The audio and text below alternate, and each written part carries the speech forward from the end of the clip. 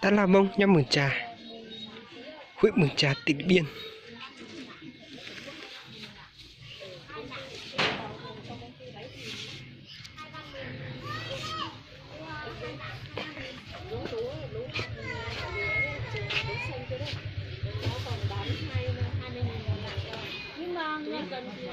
Nhưng mà về gieo mùi ấy nó còn nên chứ đây mùi mua của bà giấy có nên đâu.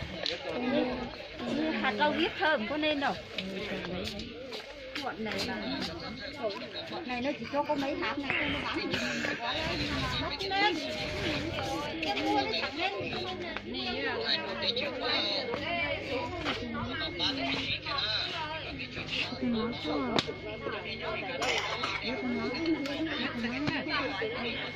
Mới nãy về đấy, nãy về đấy.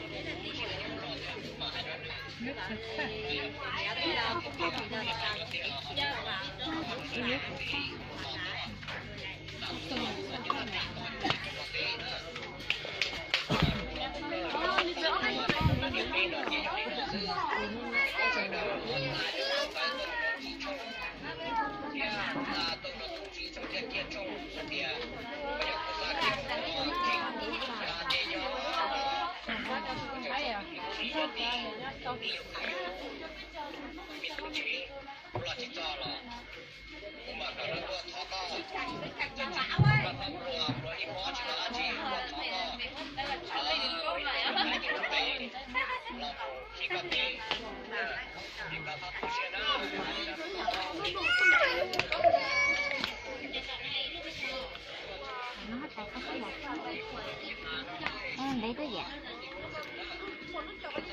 Tới vậy.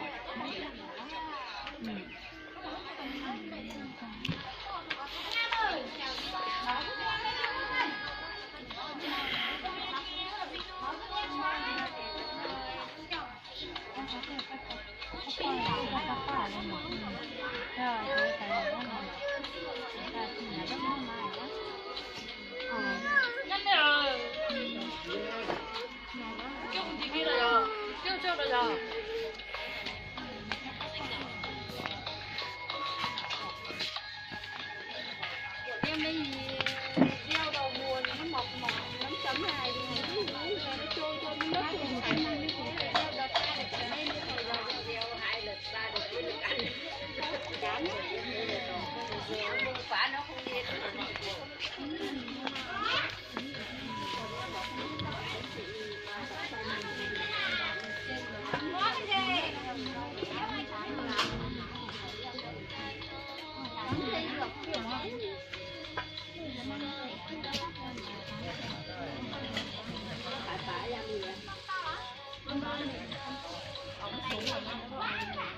xuống để anh thầy thủ ở cho ta hàng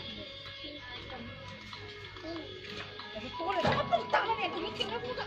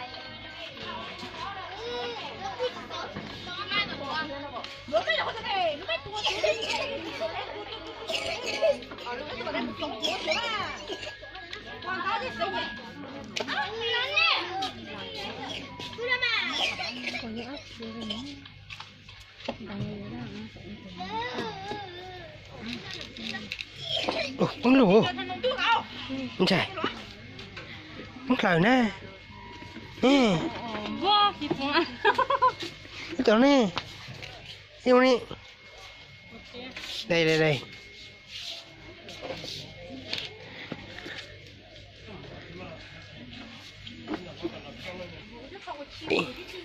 chị chị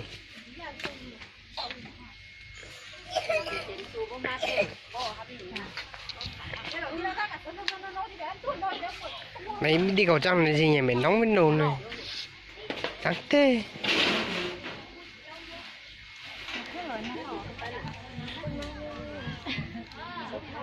Ủa thằng tệ.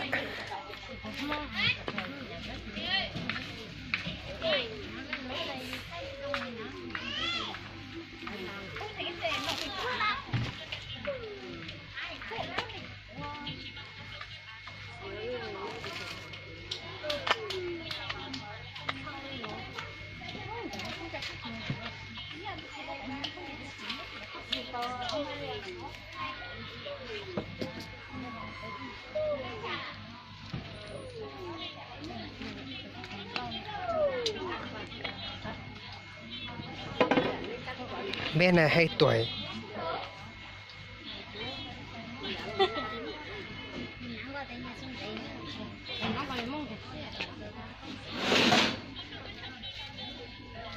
Hai tuổi.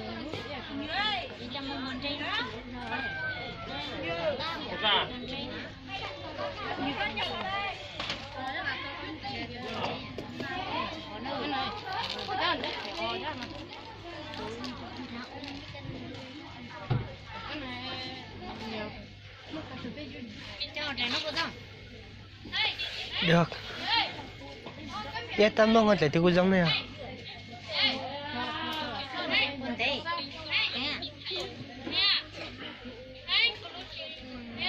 Giỏi phết đấy.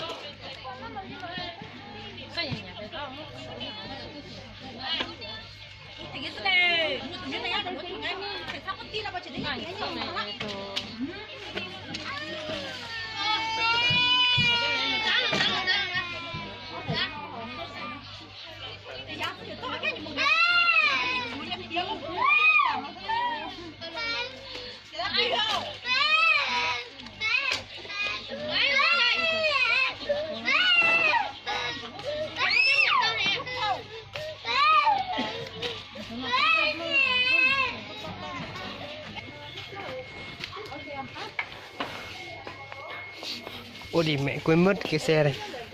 Cái gì nào?